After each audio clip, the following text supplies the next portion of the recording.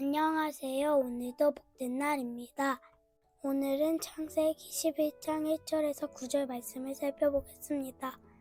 요즘 사람들의 가장 큰 관심사 중 하나는 안전입니다. 경제적 안전, 관계의 안전, 미래의 안전. 그래서 우리는 더 견고한 시스템을 만들고 더 확실한 구조 안에 머물려고 합니다. 그런데 성경은 묻습니다. 너희가 싸고 있는 그 안전 안에 하나님은 어디 있느냐? 오늘 본문에도 안전이 가장 큰 관심사였던 사람들이 있었습니다. 그들은 홍수 심판 이후에 더 강해지기를 원했습니다. 하나님이 없어도 잘 돌아가는 세상을 만들고 싶었습니다. 이들의 하나됨이 문제가 아닌 바벨탑 사건은 무엇을 위해 하나가 되었는가를 묻는 것입니다. 1절입니다. 온 땅의 언어가 하나요. 말이 하나였더라. 이 장면은 이상적인 것처럼 보입니다.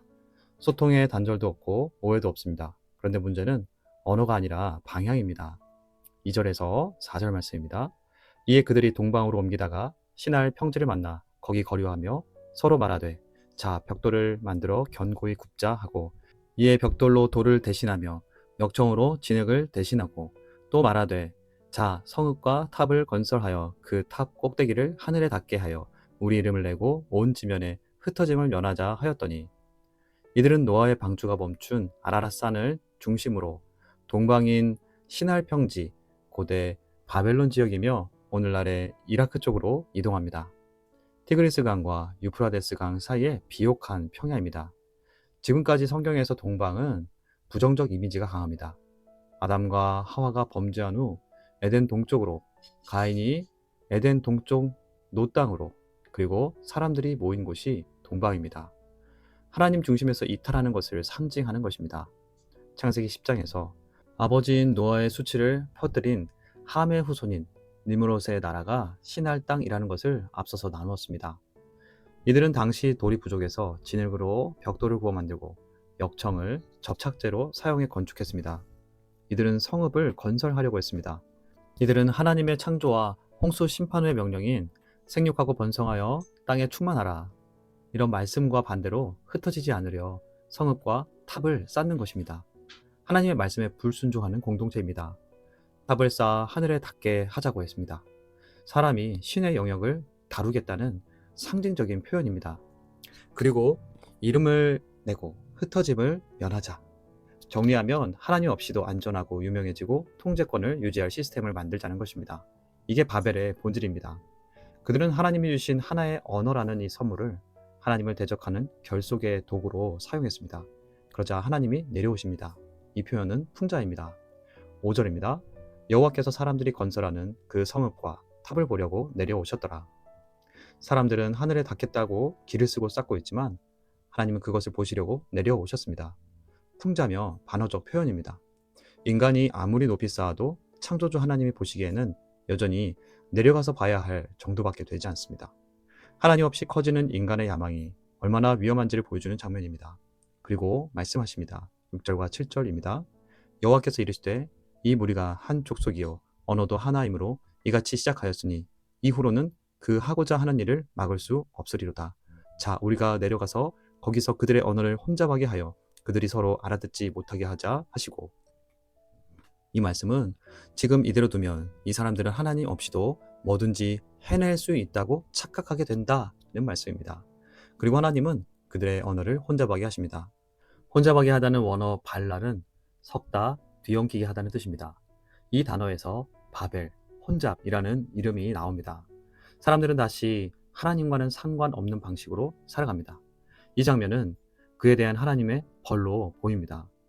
하지만 홍수 심판 이후에 다시 멸하지 않으시겠다는 하나님의 약속이 은혜로 지켜지는 장면입니다. 이들을 그대로 두었다면 어떻게 되었을까요? 더 큰 죄악과 통제 불가능한 상태가 됐을 것입니다.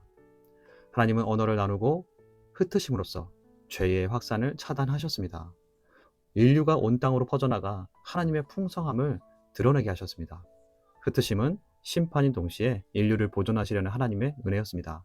8절과 9절입니다. 여호와께서 거기서 그들을 온 지면에 흩으셨으므로 그들이 그 도시를 건설하기를 그쳤더라. 그러므로 그 이름을 바벨이라 하니 이는 여호와께서 거기서 온 땅의 언어를 혼잡하게 하셨음이니라. 여호와께서 거기서 그들을 온 지면에 흩으셨더라. 사람들은 이름을 내자고 했지만 그들에게 남은 이름은 바벨이었습니다. 말씀을 정리합니다. 노아의 후손들은 왜 바벨탑을 만들려고 했을까요? 이들은 다시 무너지고 싶지 않았습니다. 하나님의 말씀대로 흩어지면 약해질 것이라고 생각한 것이죠. 살기 좋은 땅에 모여 인구가 늘어나고 같은 생각을 하는 사람들이 생겨나자 이 정도면 하나님 없이도 강해질 수 있다는 결심을 한 것이죠. 그들의 초점은 하나님의 이름을 높이는 대신 자신의 이름을 내기를 원했습니다. 하나님의 통치 대신 통제 가능한 안정을 선택했습니다. 하나님은 인간의 발전을 막으신 것이 아니라 인간이 하나님 없이 신이 되려는 길을 막으신 것입니다. 하나님은 가나안 입성을 앞둔 이스라엘에게 말씀하시는 것입니다. 가나안에는 성읍, 탑, 성벽, 연합된 권력이 있었습니다. 그렇지만 하나님 없이 세워진 것들은 하나님이 흩으시면 무너질 바벨탑에 불과하다고 말씀하시는 것입니다. 너희는 성읍과 탑으로 안전을 만들지 말고 나와의 언약으로 정체성을 세워라. 너희는 그들처럼 이름을 내기 위해 모이는 자들이 아니라 하나님의 이름을 온 땅에 전하기 위해 보냄받은 자들임을 잊지 말라. 이스라엘의 안전은 높은 탑이 아니라 동행하시는 하나님에게 있었습니다. 하나님은 오늘 우리에게도 말씀하십니다. 오늘 우리는 바벨을 쌓는 세상 가운데 있습니다. 하나님이 없이도 더 강해지고 하나님보다 더 내 이름을 내고자 합니다. 무엇을 하든지 간에 결과가 좋으면 된 건 아닌가? 결국 하나님도 내가 잘 되고 행복하길 바라는 건 아닌가? 라는 물음에 하나님은 물으십니다. 그 중심에 내가 있느냐? 내 이름을 내고 있지만 하나님의 이름을 온 땅에 전하기 위한 삶은 빠져 있다면 주님은 오늘 우리에게 찾아오실 것입니다. 그래서 때론 하나님께서 흩으실 때가 있을지도 모릅니다. 그래서 나의 계획이 깨지고 관계가 흩어지고 길이 막힐 때가 있습니다. 그게 하나님의 보호일 수 있습니다.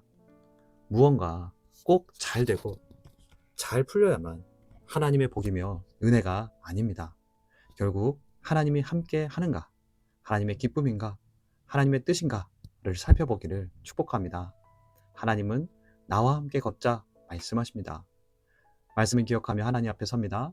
하나님, 내 이름과 성공을 위해 하나님을 도구로 삼았던 마음이 있다면 내려놓게 하시고 하나님의 뜻 안에서 행하게 하옵소서. 내 삶에 흩어지는 일들을 보게 되면 그 속에서도 하나님을 신뢰하게 하옵소서. 내 계획이 무너질 때 실패로만 보지 않고 나를 지키시는 하나님의 손길을 보고 어디에 있든 하나님과 동행하게 하옵소서. 기도하며 나아가겠습니다.